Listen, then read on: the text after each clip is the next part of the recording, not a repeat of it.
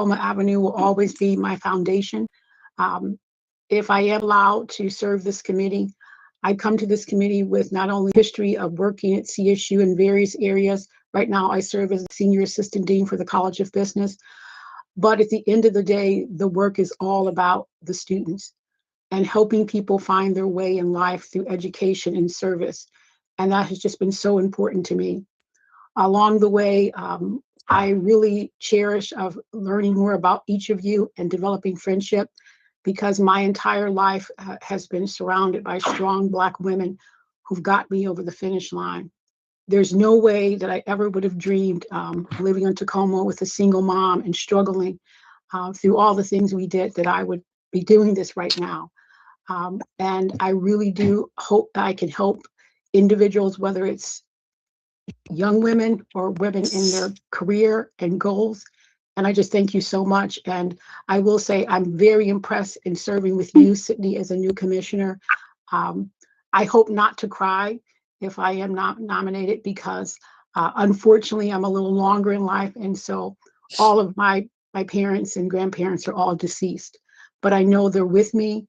And I thank you so much for this opportunity that I saw about a year ago. And hopefully I can help you in some form of manner. Well, we thank you for your willingness to serve, and we look forward to welcoming you to the board and we get you sworn in at our next meeting. Thank you so much. Any other questions or comments for our new commissioners? So I'll move along quickly. When we met the last couple of times, many of you had worked on some work and getting some information to the mayor. And I had an opportunity to meet with the mayor, and then myself and Councilwoman House Jones and Commissioner Taylor also had a meeting. So I kind of wanted to just bring you up to speed on some of the things that we were able to discuss in terms of getting us back on point and getting us pointed in the right direction for some of the work that we need to be doing. First and foremost, meeting with the mayor, we articulated the fact that we needed to have some consistency of commissioners, a couple of whose terms were up, and he agreed that to expand those terms for those commissioners that want to continue to serve. And so that came to fruition. We also had some information about individuals that needed to be appointed to the commission, and those were just taken care of, as you see. So we'll have a full board of commissioners. We also shared with him the fact that we had some concerns about being able to appoint those appointed designations. And so he's given us some leeway to not necessarily be stuck in those categories, but as we nominate individuals, to make it clear why we're nominating those individuals and what we think they can bring to the table in terms of their service and those individual residents that they might represent. So those are some of the things that you all had raised, and we needed to get back to get some buy-in from him. And I also wanted to thank Councilwoman House Jones for her leadership in also responding to some of those concerns.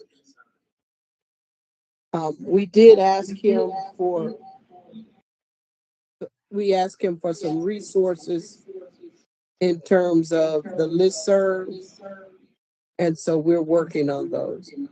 I think somebody may need to mute. You're getting some feedback. Sorry about that.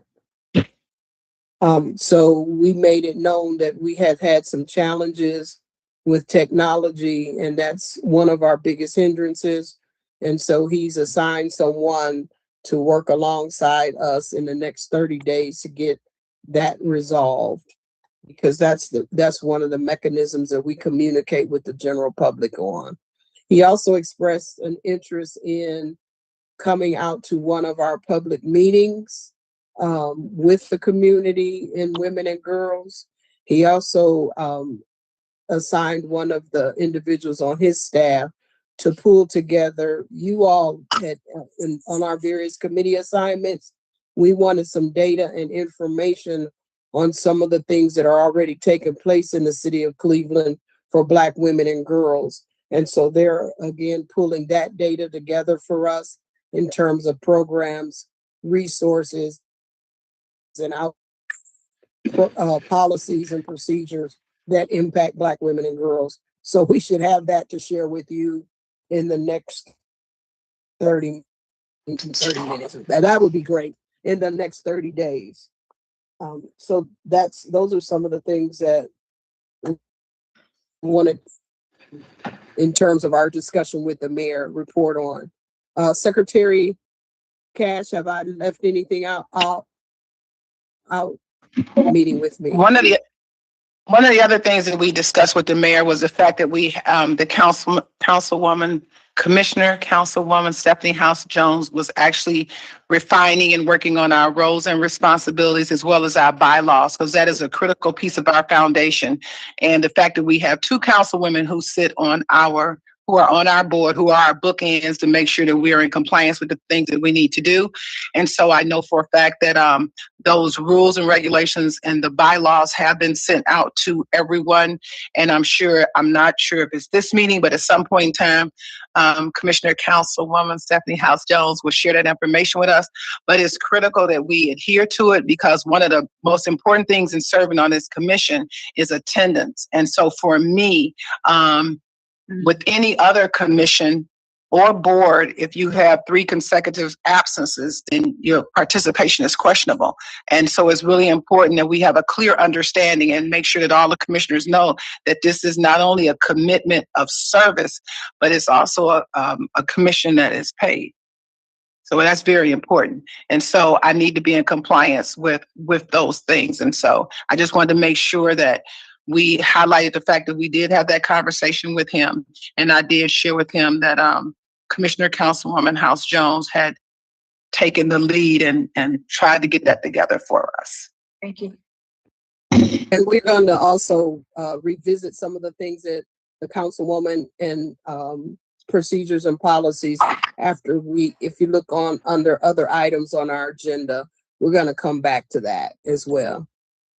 Thank you. Any other questions or comments, concerns? Well, thank you for your feedback. And then also thank you for raising those issues so that we could get answers to it for you.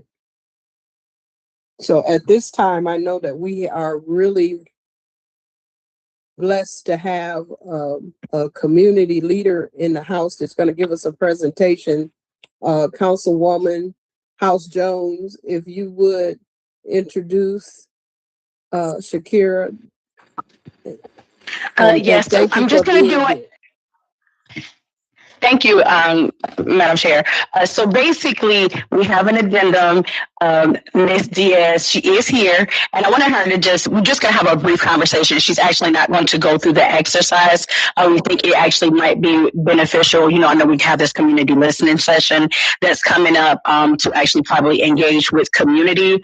But really what stemmed this and what prompted me, you know, wanting to invite Ms. Diaz, is really the conversation and the tragedy, you know, of our 2 little angels that unfortunately tragically lost their lives here in the city of Cleveland, allegedly by their mother. And you know, we always hear, how did this happen? How could this happen in our city?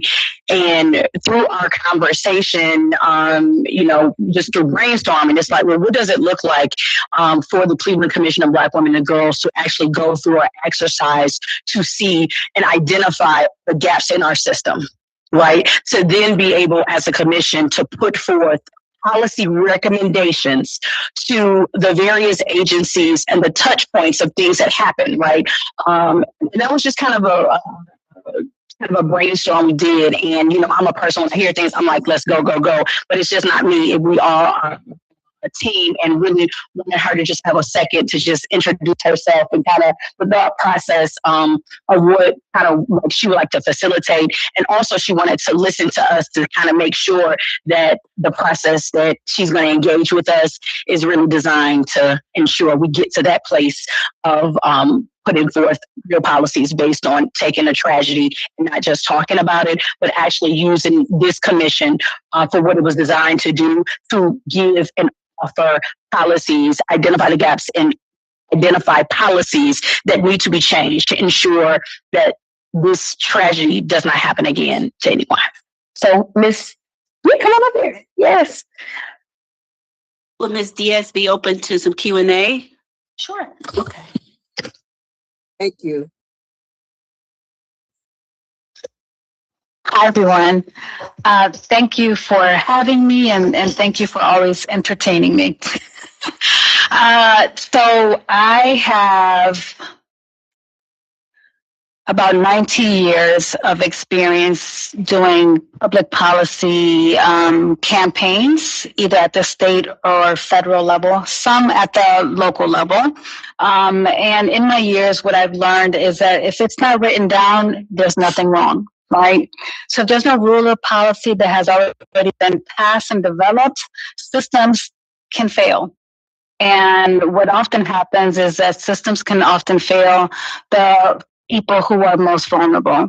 And we see that across the board, disproportionately, Black women and girls are a constituency of people who are often vulnerable, often disproportionately and harmfully impacted when systems are not communicating with each other, when they're not considering certain things. And often, it may not be intentional. It may be simply, I had no idea that this policy or lack of had this impact on this constituency. Understanding the charge of this body, it's important to understand where gaps exist, because those gaps also present opportunities. And it, in addition to the opportunities, it also offers a chance for Black women and girls to speak to where they see gaps. Those experiences are critical in changing practices that are multi-generational. So today I'm just here to listen, to learn from you. Happy to answer any questions or provide any examples of campaigns that maybe can offer some insight into the work that I've done in the past and still doing. That's it. Maybe spend a little time. This is Catherine.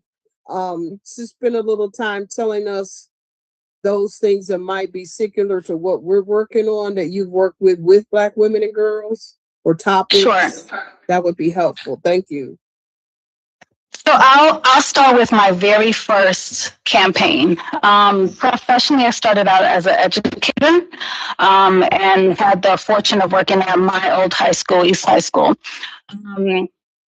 And just got to a point where I want to transition out and learn more about public policy. And the reason for that is that when I was only probably like 7 or 8 years older than my students, I was more like in the aunt age range for them.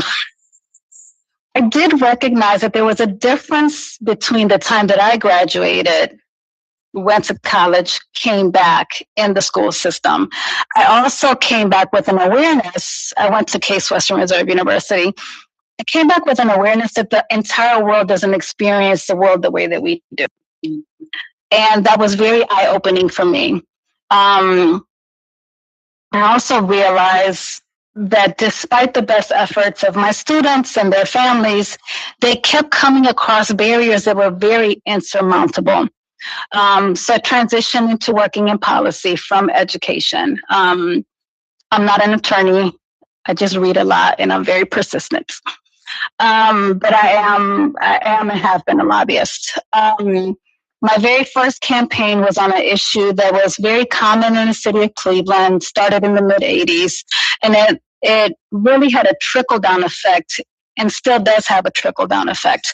In Cleveland, if you're arrested, with a crack pipe, you were charged with felony cocaine possession, when in fact it's actually a misdemeanor offense because you were being arrested with a drug instrument. During that time, the city of Cleveland, how was that happening? And Cleveland was the only city in the entire state of Ohio that had this type of situation. If you were going to prison for possession of a crack pipe, which is actually a misdemeanor, not a felony conviction, everyone knew that you were from Cleveland. And the reason was that at the time, this is no longer practice. The city would get the crack pipe tested for cocaine residue. Well, under the state code, any amount of cocaine is a felony. So that's how people from Cleveland only were being charged disproportionate to anyone else in the state and went to state prison for about a year. But that felony conviction followed them for the rest of their lives. It impacts access to public housing. It impacts access to federal financial aid to go to school. So you can see the generational impact of a felony conviction that you shouldn't have in the first place. But it was a common practice. By the time I learned about it, it had been 20 years. Worked on it for 2 years with a committee of maybe about 5. Involved a researcher who looked at the data and found that the majority of the people who were impacted were African American, and 100% of them were Clevelanders, because nowhere else in the county or anywhere else in the state had this. After a 2-year campaign and a lot of media attention, elevating the data, we were able to change the policy. Now, obviously, you can see how that could disproportionately impact Clevelanders and, Black women and girls. What Cleveland was also doing at that time period, or not doing at that time period, was testing rape kits.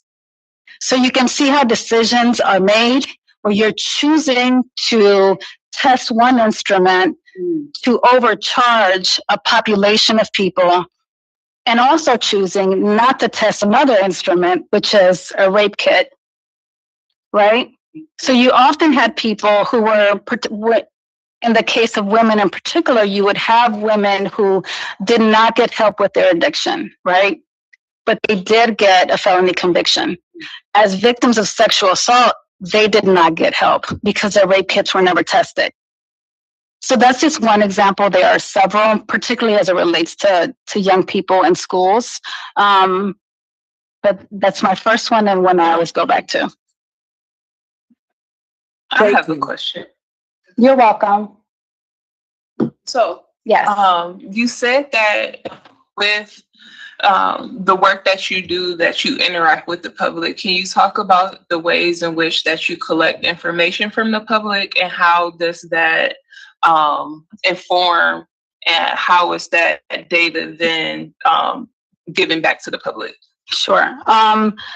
It depends. So with the organization I work with currently, we have 2 memberships, which includes victims of crime and people with past convictions. But in fact, there's the majority of people duly identify. Most people who are coming in contact with the justice system were victims of crime as children and never got support. So, which brings me back to the conversation the councilwoman and I had. When systems are not supporting people when they are in crisis, there's a domino effect of crisis that comes out of that, right? So that failure to have that systemic neglect leads to other challenges and issues and instability overall. So with our organization, we have 2 memberships. A lot of it is just really engaging with people. We do surveys sometimes, so that's another way to gather information, not only from directly impacted people, but community-based organizations that are serving them, right? And I'm very specific about community-based organizations because it's not the same as a very large nonprofit, national nonprofit organization or direct service provider. They're very different. So really working with those people with lived experiences and the organizations that serve them is the way that we gather information and really learn about where gaps exist. Another example, and the councilwoman was supportive of this and really impactful when she was in the State House. The state of Ohio has a victims compensation fund which supports victims of crime. A lot of Clevelanders were not accessing that fund because they were denied or just didn't bother applying. And there were two reasons for that. The state of Ohio had some guidelines that prohibited people with past convictions from accessing victims' compensation, right? So going back to the campaign that I mentioned about the disproportionality of charging people, right? None of those people could get victims' compensation when they became victims of crime. And where we saw that most were parents who were whose children who had past convictions, but their children were victims of homicide. Those parents were denied victims' compensation and unable to access the fund to bury their children. So when you see on Facebook or saw on Facebook, it's not as common as it was, where people were doing, spaghetti sales for burial expenses. That was the reason for it, right? People were stepping in where systems were failing. The other way that we saw that is that there was a prohibition to accessing victims' compensation if you had drugs in your system at the time of victimization. Well, the people who were disproportionately impacted by that were women who had been drugged and sexually assaulted and unaware that there were drugs in their system, right? That is no longer the case. At the time, Governor DeWine was Attorney General. We introduced legislation. Took 3 times to introduce this legislation under 3 different General Assemblies, 6 years, it finally passed. Thank you very much for your support. That is no longer the case in Ohio, right? But you can see how something may start off one way and it just creates exclusions to services and support for many, many people, disproportionately some. So if you're building a campaign and trying to get to the systems that failed, in the case we were talking about what happened with this family, where would you even begin? Well, that one in particular, that was personal for me. My best friend's niece was shot and killed on her 14th birthday. And I provided the family an application for victims' compensation. And though I had been working on removing barriers for people with past convictions, it never occurred to me that even in death, a conviction will follow somebody when they need help, right? So that's how I kind of stumbled on that one by accident because it was personal for me. But where do you begin? Is you begin engaging the people who are impacted. You have one-on-one conversations. You have group conversations. You create a trusting environment that also includes sharing your stuff. Like, we all have experiences and we have to share that without shame in order to be able to get others to share that without shame. Because part of the challenges exist when people feel that they have to be silent. It's not their responsibility to run systems and make systems operate, right? So they have to understand that it's not their fault. They can't internalize when a system has failed. But they can be part of the change that corrects the system and allows the system to fill in and do what they're supposed to do. So can I add in this? So as we are thinking about, we are designing having this listening session in April, and if we have a portion of this to look at like gap analysis, in this case, where would we start? How can we start to design this to be, a safe space to go on this journey, at least for a task for our commission to identify some gaps and work with community to offer some policy suggestions? So first and foremost is being aware of the audience and being very mindful of like caring for that space, right? It shouldn't be a space where people are coming to like be voyeurs, right? This is really, and a lot of this is very intimate that comes out in these types of sessions, right? So creating a safe space, sharing, building trust, but asking the question, the questions. It can be sharing where someone feels safe and where they do not, and the why. Where have you asked for help and where did you not get it? So it's soliciting those types of questions and responses, and allowing people to speak to them or write them down. it's a genuine engagement and connecting on a very human level, because when you show up as a human being, you validate the humanity of others and you allow that to perpetuate, right? And then doing deeper dive interviews with those people who are sharing things that are really important. You know, before we got, although I knew that Ohio had this barrier to accessing victims' compensation, when we were meeting with victims of crime from the city of Cleveland and throughout the state of Ohio, everyone said the same thing. I applied for this and I was denied. I'm not a victim because the state of Ohio said I'm not. You know what I mean? Yeah.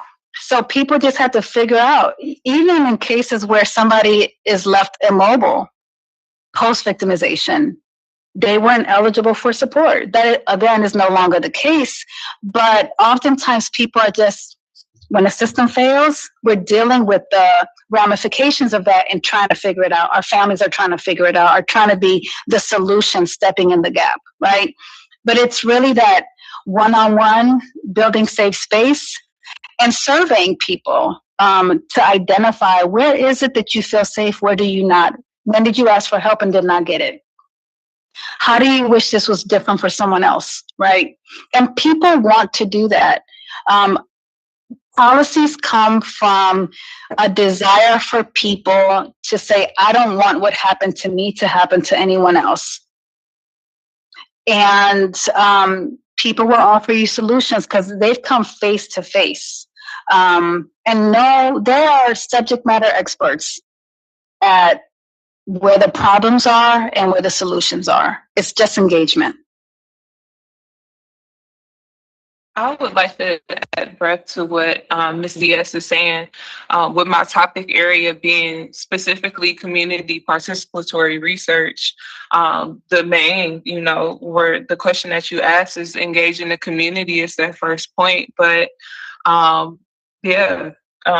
just having a place in which data is collected qualitatively during that session. But I would want to push the commission to think about mapping out these systems. And so it's something called system dynamic mapping, in which you can understand what's at play, but where are the major barriers? Where are the heavy things? And what are, some people negating their choices to overall?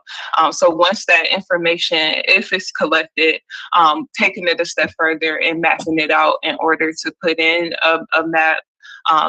System dynamic mapping is used to make cost-efficient interventions in specific areas. So it all starts with the community members, but I will push to say that, as you previously said, working with those actual service providers who are doing those services, but as I've seen, really striking the actual community members and engaging the community members.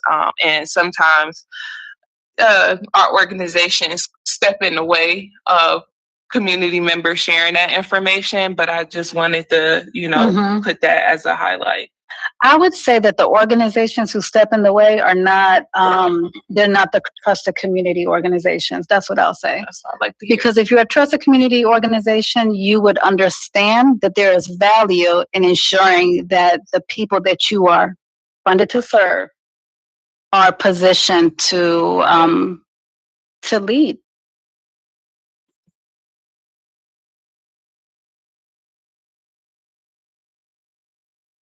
All right, so I guess we have some things to do. Yes. Between now and what's the date? April 23rd. That we'll lean upon Commissioner Evans here. She says systematic dynamic mapping. Dynamic mapping. And I tell y'all, she's gonna be fantastic. We've been waiting on you for a long time. Yes.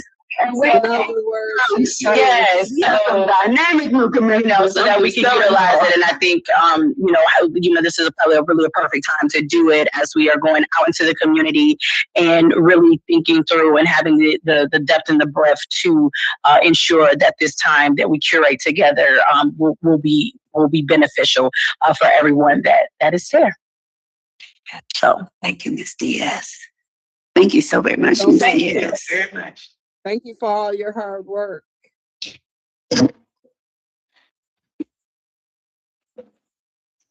So at this time, anybody have any questions, comments relative how this might apply to our 24th outing? So we'll make sure to check in. well, I'm not sure who else had the chance to look at the proposal. I can drop it in the chat in the chat for the for those of you on Zoom. But the idea of this was to kind of just reach out and engage the community, Black women, particularly around, what reconciliation looks like in many different, um, I want to say, sects of how we exist. So that being from mental health to, the church, faith space, to our family dynamics, to, intergenerationally. And the idea is just to kind of like create a space where these conversations we had to identify barriers to reconciliation, because I believe, just in the feedback, I tried to mention this earlier in the email, but from my experience at the last few community listening sessions we went to, the feedback was that it was just really challenging to build community here, depending on the different spaces you're in, whether that's professionally, personally, and things like that, different industries. It's been hard for Black women to kind of find that community of support and community to, just feel comfortable and feel like this is a great place here and great place to be here, which I think was obviously evidenced by the research that got us all here. So I appreciate you for bringing a policy professional to kind of speak to how making those tense conversations into policy, because obviously that is very important. And so I will drop those in the chat right now. Just open to any feedback on the questions that I did create for those small groups. And I can read them. I can read through them if anybody wants me to do that. It is maybe 20-ish questions with all the small groups combined. So I don't want to take up too much time, but I can do that if the group will find that helpful, to kind of see if, some of these things, kind of what was mentioned by Ms. Diaz, would be a great ways to kind of make sure people felt like they were in a safe space to have those conversations, but also to, in the proposal I mentioned, having journals available, having other mental health professionals available in the room, just in case someone's like, oh, I want to either be silent, right, or kind of take a step back and speak to someone one-on-one in the room. So those are just kind of the ideas that were floating as I was kind of putting this together. So yeah, I'll just kind of throw that back out to the room and go from there. That might be helpful, just so we can get some feedback while we have commissioners in the room, since it's coming up fairly quickly. If you could give us kind of the high level topic. Yeah, so I would say we have 6 you offered. Can you talk just yes, just talk through the 6 topics, and maybe we collectively can make a decision that's too broad, not broad enough. You know what I'm saying? Because it's a lot of information, and I would like to get people's feedback on your topics. Understood. So first topic, so the topics overall is reconciliation within the Black family. The next topic is reconciliation within the Black church / faith space. The next topic is reconciliation within the workspace. The next topic is reconciliation between Black men and women. And sorry if I'm talking too fast. The next topic is intergenerational reconciliation. And the last one is reconciling with our mental health. And I can dive deep into the questions for each, but I just want to give the broad scale first. So for reconciliation within the Black family, an idea for an icebreaker question is just, share a happy childhood memory. Next was, what does reconciliation mean to you? And I had that question throughout all of the small group topics. The next being, what do you believe demonstrates respect? The next being name a time or place where you acted within a core value of yours and a core value in your family, others did not. The next was if you could talk to someone in your family who's no longer alive, who would it be and why? And the last is describe a time you discovered a relative who was very different from a negative assumption you made of them. Now, my idea is, and I'll stop there to say, with the group, I think the timing of it, I have like 40 minutes designated for that. And so, I may not get through every question, but just kind of the facilitators that I mentioned in the proposal, and I can read the names of those people as well, just kind of guiding that conversation along. Some groups may get through all the questions, some may not. So I did want to just say that first. Did we want to stop there, or can I move on to the next one? Why don't we get some feedback on that particular topic before we move on? Okay.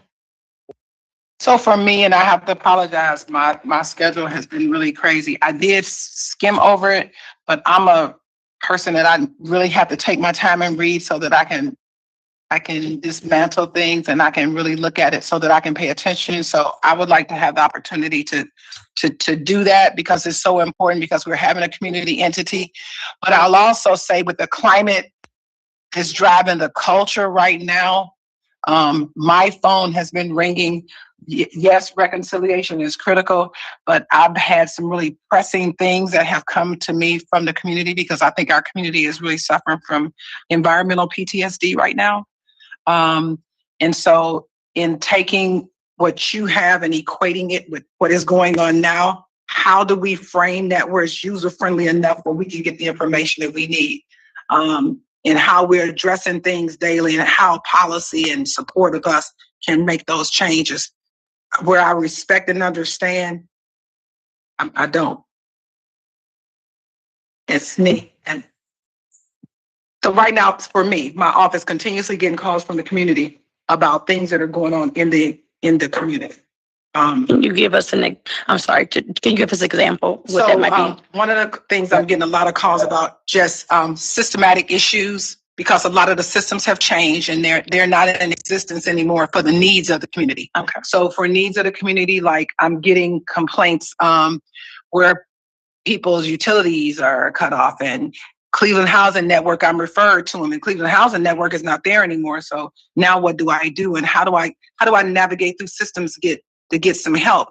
The weather is getting warmer, so my gas and my lights and my stuff is cut off. I don't have an avenue or nobody to go to. Well, we know the Cleveland Housing Network lost their contract. So now we have stepped forward. So do we let people know that is there? So for me, and then the other issue is safety. We know that right now in Cleveland, they're having some school issues with safety. And I know that Councilwoman Commissioner House Jones her educational committee has been talking about safety in schools. So you have 40-something schools are closing. And so the community is saying, okay, well, safety. No one has said a word about safety. So I have a multitude of things that are coming up. Then how do we, no, we can't tackle everything, but do we look at different pieces of that we can tackle and try to give some people some relief and some support because of what they're faced with every day?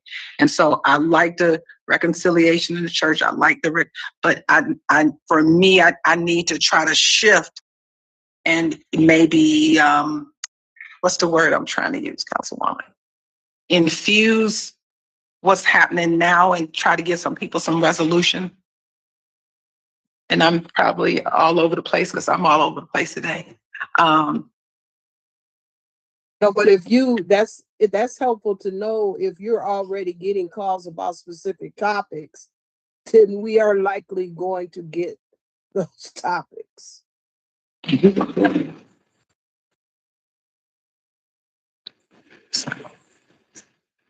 I guess what I take back from that is, I guess what I'm feeling that you're saying is like, there are just more priorities than just communal reconciliation along relational lines.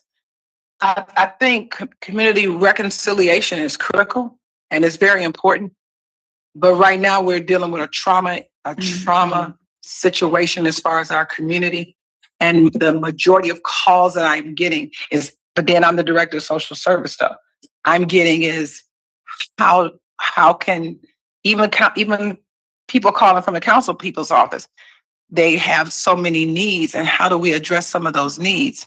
And so I don't know how to frame it and how we look at it, because we can't look at everything, but there are certain things that we should be able to tackle. Because I'm telling you, when people come, they're going to come because, number one, they want to have a conversation on how can we help them with some of their issues and concerns? How can we help them navigate through systems? How can we create a policy that helps support them with different things that are happening, and something concrete? And then maybe I'm too far over here because I'm getting all these calls, and I know we can't do everything, but we're going to have to narrow it down and concentrate on some things. The biggest topic right now, people are having their gas cut off because it's getting warmer. The mayor had put a moratorium on people not getting their stuff cut off, but now as the weather is changing, they are getting cut off. These people have children. Now with the education system, and the fact that we don't know what that's going to look like as far as people losing their jobs. I've had 11 assistant principals call my office and said that they were told they weren't coming back next year. And then there are other departments that are going to be affected. And then maybe teachers. And so I'm looking at all these things where parents and families are calling, and I don't know how we can deal with that, or if it's something we could even look at. But I'm just sharing from my perspective some of the things that are going on. And so if I'm sure that the councilwomen that are here, I know your office is getting hit with questions. But then as Councilwoman Commissioner House Jones always said, we can't do everything, but we got to focus and narrow on specific things that are tangible, user-friendly, and giving people some relief, because they're coming asking for relief. And so, yes, it's critical and important. How do we infuse it for the community? And how do we narrow it down so that we can address some of the environmental PTSD things that are occurring right now? I would like to provide some feedback. So I was able to look over your questions, and I do like the questions. I think to your point, it takes looking at specific populations and inviting those specific populations to various groups, and not have a mixed bag of people or age ranges, so you can really hone in on what exactly individuals are experiencing. So I would give the suggestion, if those individuals are calling about that specific thing, arrange a time in which, or that they can go to a specific group in order to give their feedback. To your point earlier, just the number of questions and just questions being repeated, I do say that you should be able to replicate over time the questions. So just pulling out your major questions being answered first, and then those supplement questions, being asked if it's time left. I would kind of endorse it being a little bit more time than 40 minutes, maybe 90 or 60. But overall, the questions that you have, they're very concrete, they're very clear, they're not double-barreled. They do have positive engagement and negative engagement to get to the barriers that are going on. But those are my suggestions at the moment. And I would love to work with you, Commissioner Anastasia, on fine-tuning this and really getting to, what you would like for your constituents.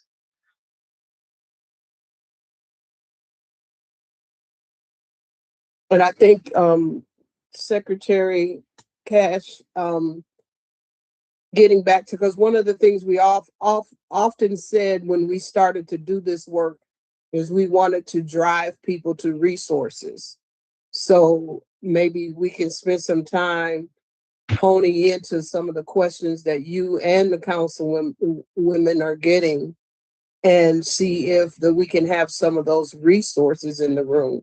So, excuse me, if Step Forward would be willing to have an information. So if that's a hot topic, if Step Forward be willing to be in the facility that night with an information table, not that they would take applications necessarily, but they would pass on information about how to access the resources that they're responsible for. Just as one example. I love that idea. You're on mute. You're on mute. Oh, sorry. Yeah, I think that's a wonderful idea, similar to how we have, the resources at Shiloh when that community session happens. So that can kind of, for individuals who are bringing up, those more, the issues you were speaking to can have, direct access to get what they need. So can I just interject really briefly when we talk about utilities? One of the things is the fundamental issue is we just have less, right? Because of last year's federal budget cut due to the tax cut. So here in Northeast Ohio, we used to have resources to at least cover, I think it was like 25,000 households for home energy assistance. That went from 23,000 to 10,000. It's a significant policy shift from the federal level, where a lot of people would typically be able to go to places to get to resources. The money that would be allocated for those things are not here. I think that's part of this thing is, as we are looking at policies, really having to understand what may be happening around us that is causing the press the way that it is, and if there could be possibly different alternatives, maybe or not so, right? And being able to even share that with people, because I think this is part of the reason why people don't know, right? Other policy decisions of people that may be in permanent supportive housing. I hear that there's going to be a change in public housing policy that people are bracing for, where our community will probably lose 1,900 housing, like housing units. Like there are just a lot of things that are happening to us. And so being able to select, what are we going to focus on? And I think that's the point. I just would like to ask the conversation, what are we going to focus on?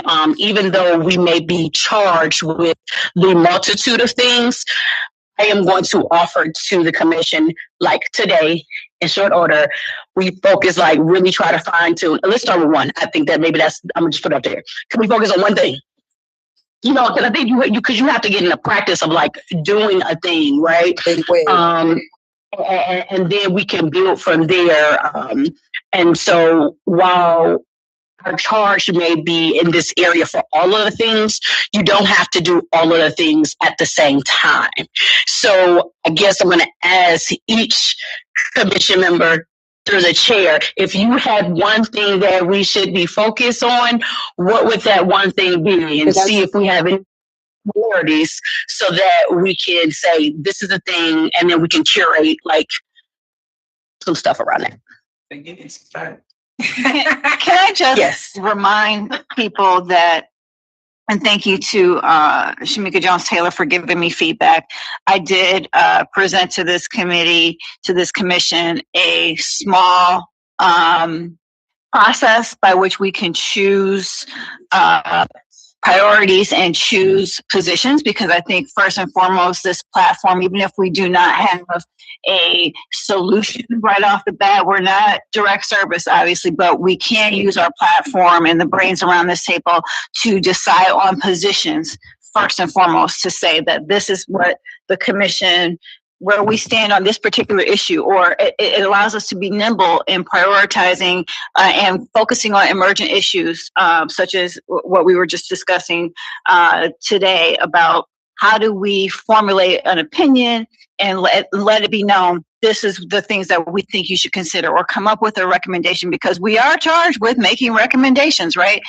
So I think that I would like to ensure that we have a process, because this isn't the last time an issue is going to emerge. Right now, in my position at the health department, we're trying to be very nimble. We obviously have a lot of ground to cover, a lot of things that we have to do, but we also know that we have to be able to be nimble and pivot when something comes up. Right now, we're dealing with a multitude of issues that are coming down because of changes around SNAP and Medicaid. We know these are just like she's saying now, she's getting calls about, we know these issues are going to continue to happen. We have to have a process for this group to be able to be responsive first, so that it doesn't come to every meeting we sit here and go, what do we do? What do we focus on?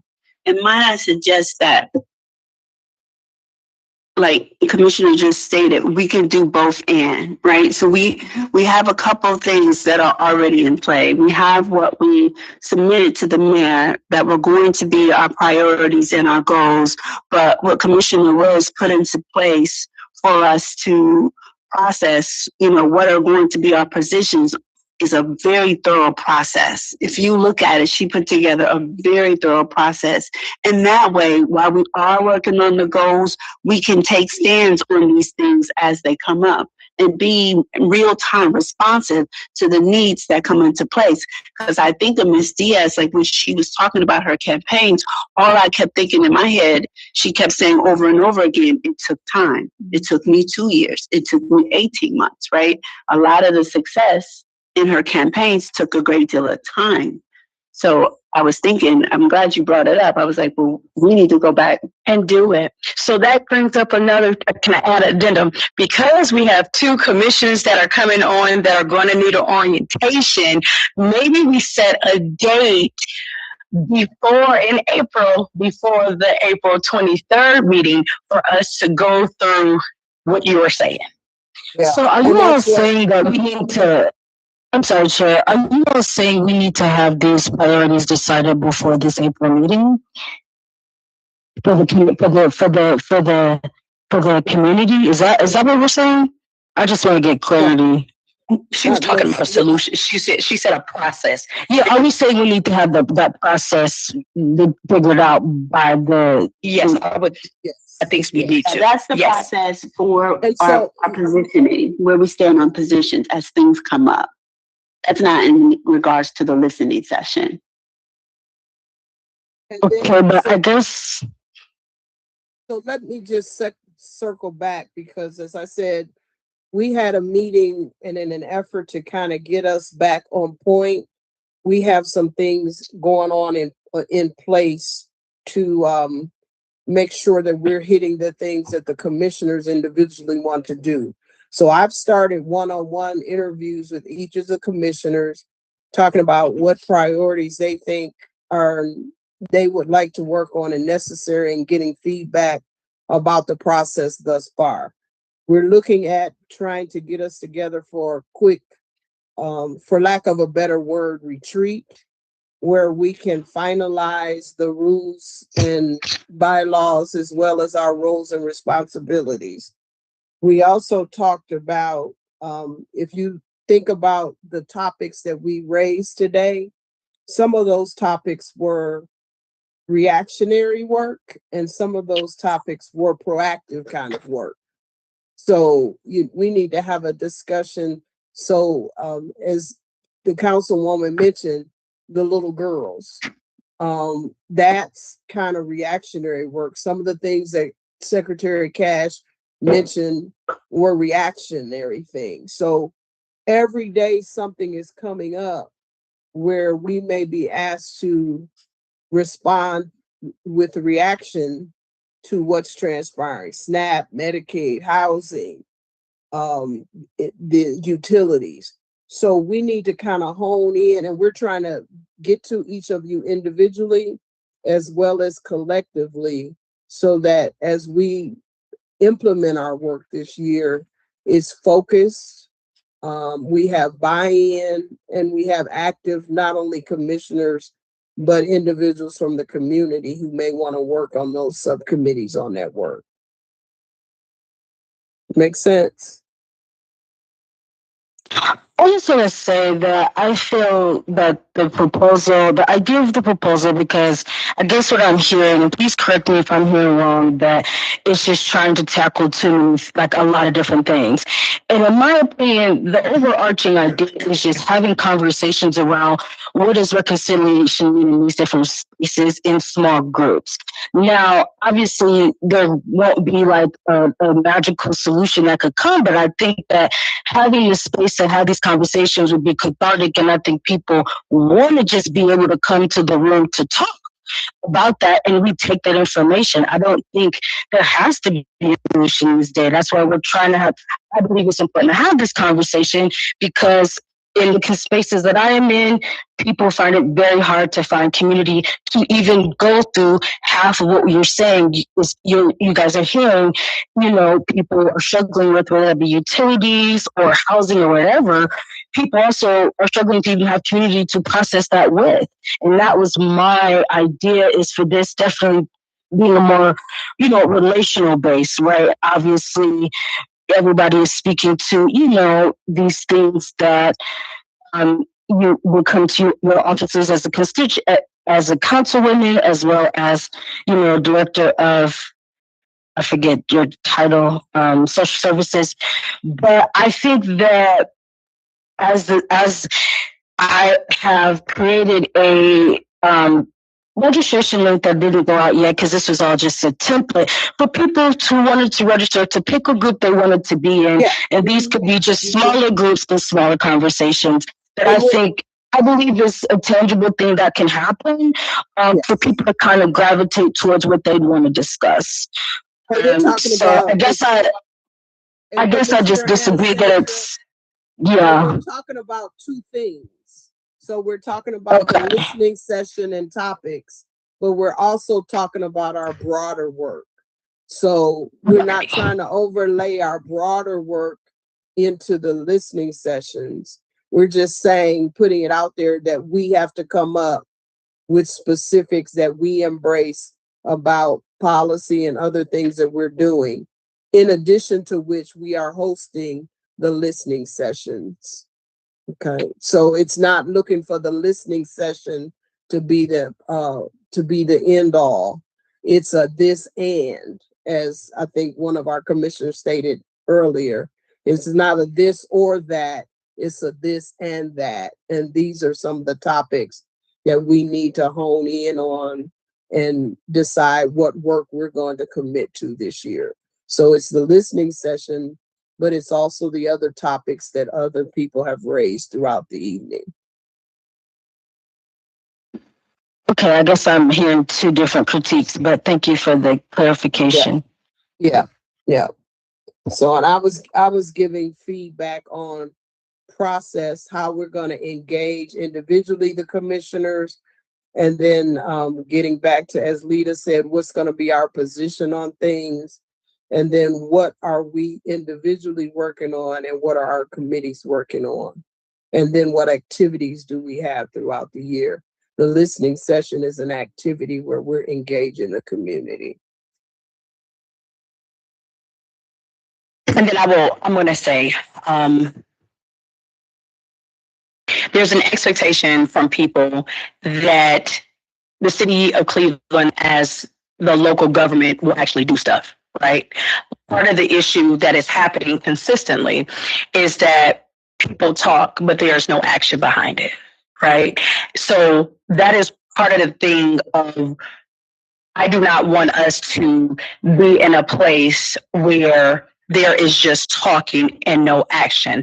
Hence, for last year, we had a listening session. There were people that came, there were emails given, and even to this day, people still haven't been contacted from last year. So we're going to be real, in my expectation, being on this commission, is that when people are coming, it is not just to listen to them, it is to also be in a level of community to actually be able to put forth real solutions, right? And it is hard to provide solutions when we are going in like 10 different directions. And so I'm offering for us as a commission to really think about this, where we are in a system that's not designed for us. So if we can get a level of focus so that we can actually begin to hear people and act on people and see and realize what could a real win be for people in action, because the city of Cleveland has changed its policy to improve the live conditions for Black women and girls. I guess I would say to that,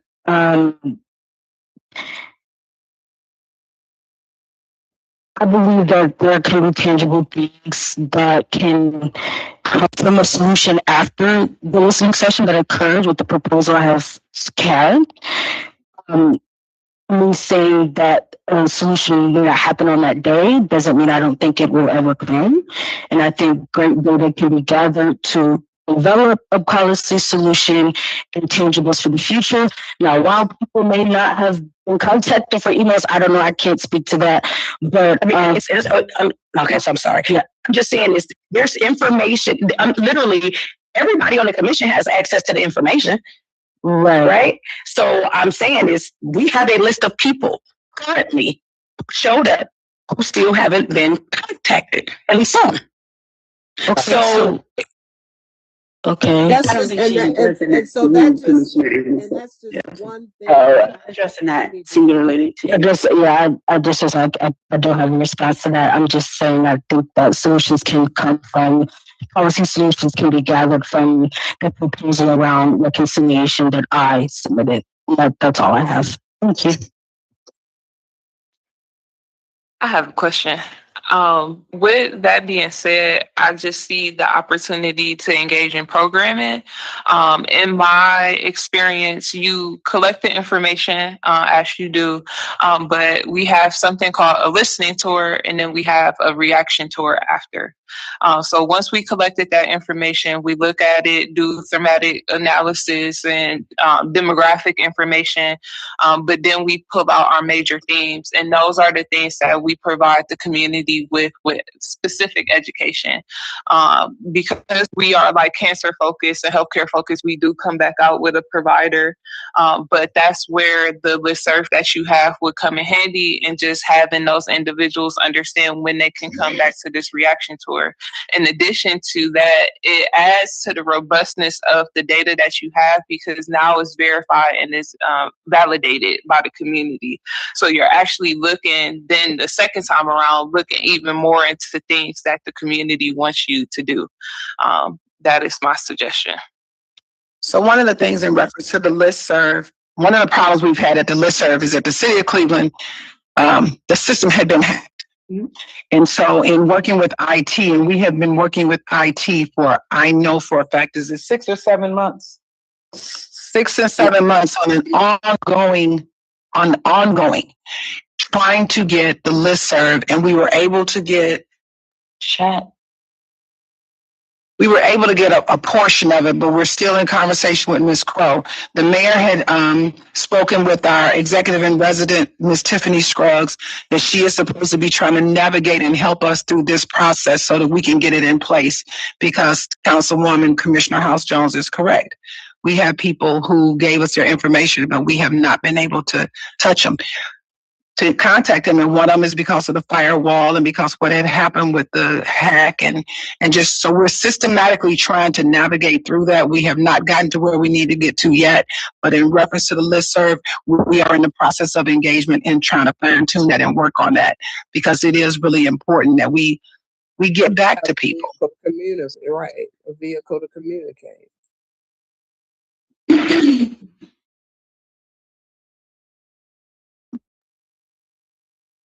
Other questions, comments, concerns? I believe, Madam Chair, we were going to work on a date. Yes. So in the short order, as I say, I'm doing the one-on-one interviews. We are going to be identifying a date that will serve as a quick retreat, as well as an orientation to our new commissioners, where we can come to some agreement on the work that we're doing and how we're going to be doing it moving forward, including what Lita had offered, the information on how we make recommendations or make clear our policy on certain things. Have I missed anything for those of you who are in the various meetings? Can we schedule a date now since we have people here? I can.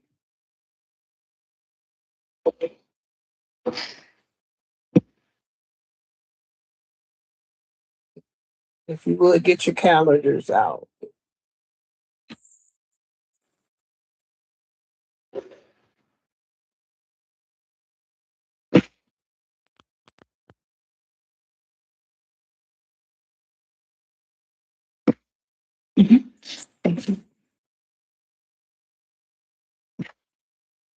So would you prefer the week, during the week? If we did early morning or early evening? Like the teams. Pardon? Teams meeting. Depends on the date. I can only do Thursday or Friday in the mornings. Because I don't have court those days.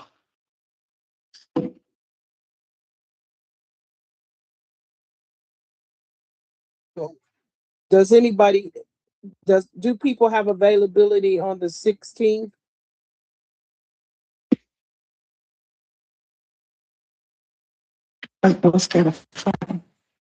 Thursday. I'm available.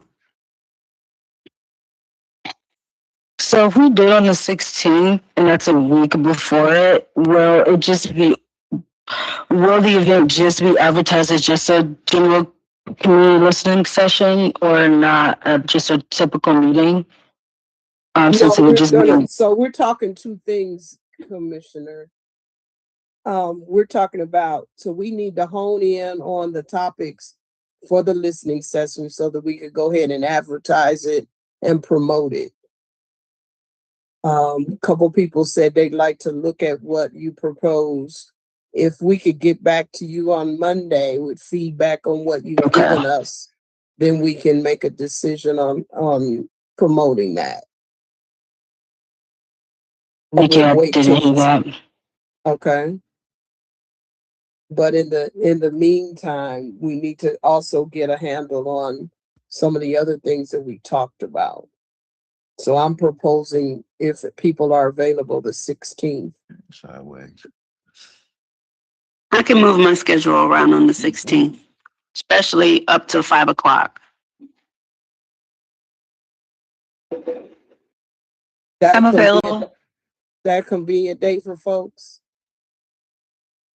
Yes. Yes. Okay, and would you like,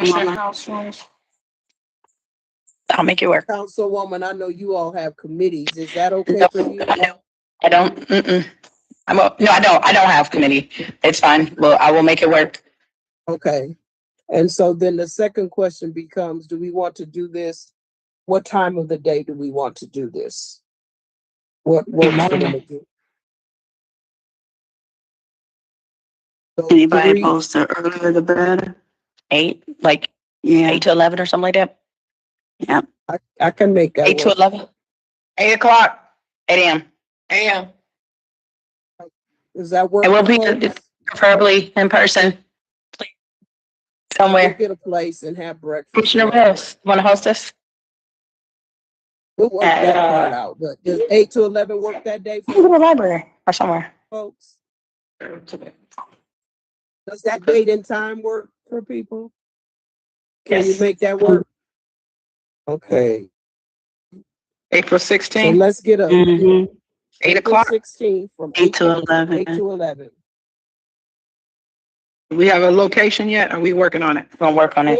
Okay, work to on be that. determined. Okay, thank you. If we But need a get a- backup get- location, can I you work get in a- Midtown Collaboration Center, so that's available for us as well. Awesome. So you said you work at the Midtown Collaboration Center? Yes, Is that Madam Chair. the Tech Hive? That's No. across the street. It's next to the Cleveland Foundation, and it's on Okay. 65th and Euclid. Okay.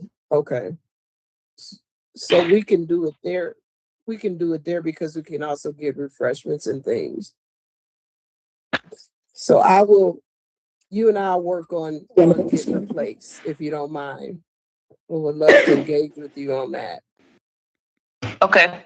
So let's get save the date out tomorrow to the whole group.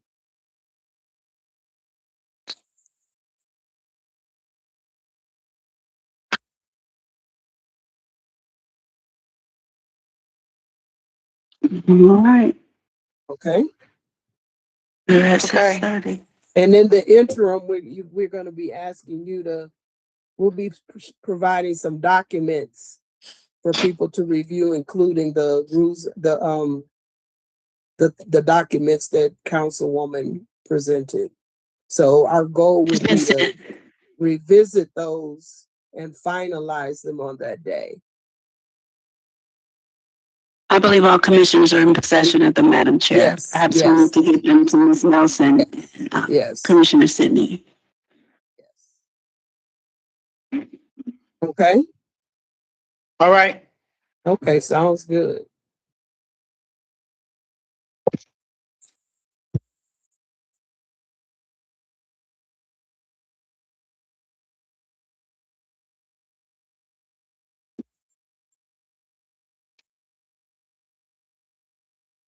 Anything else good for the order? I just had two things. One,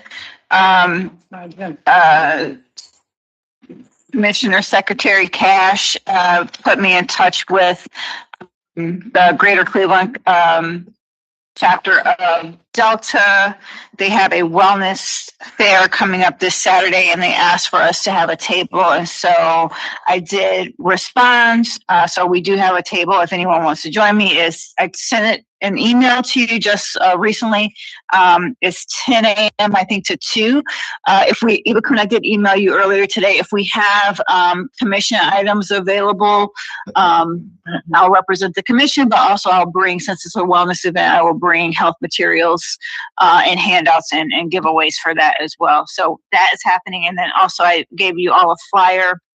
April is Minority Health Month, and we do have the Office of Minority Health at the Cleveland Department of Public Health, and we have 4 events coming up in conjunction with some of our rec centers. So there's some gentle movement and breathing workshops. If you would like to attend or to advertise or share in your networks, I can send these out by email as well. And then on the last Saturday in April, I think it's the last Saturday, April 25th, there is a Minority Health Fun Walk at Zelma George.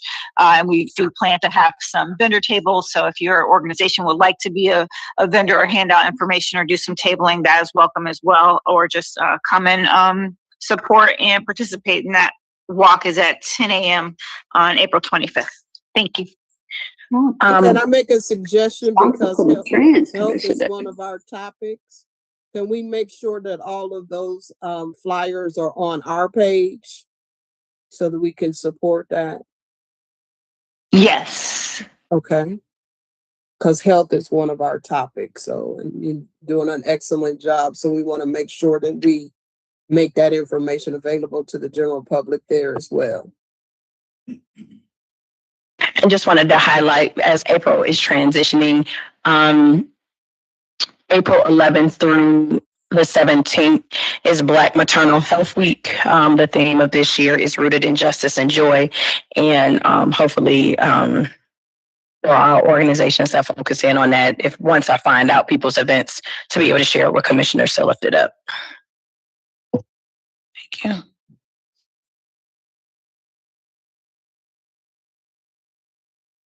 And then I would like to hold up our secretary, Eugenia Cash.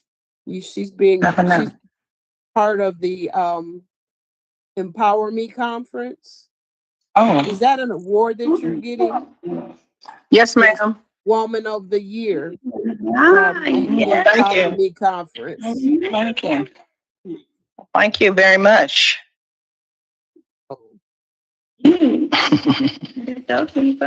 Anything else good for the order that I might not be aware of? Awards or recognitions that you've gotten or are getting? Okay.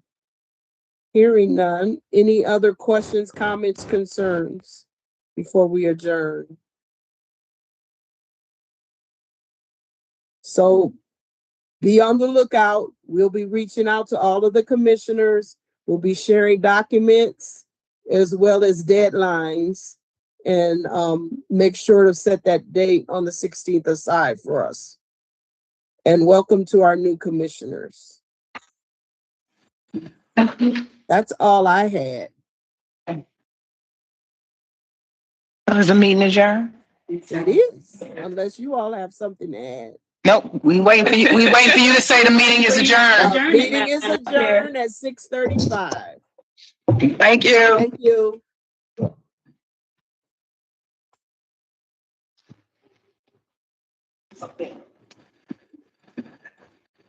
Yes, she is.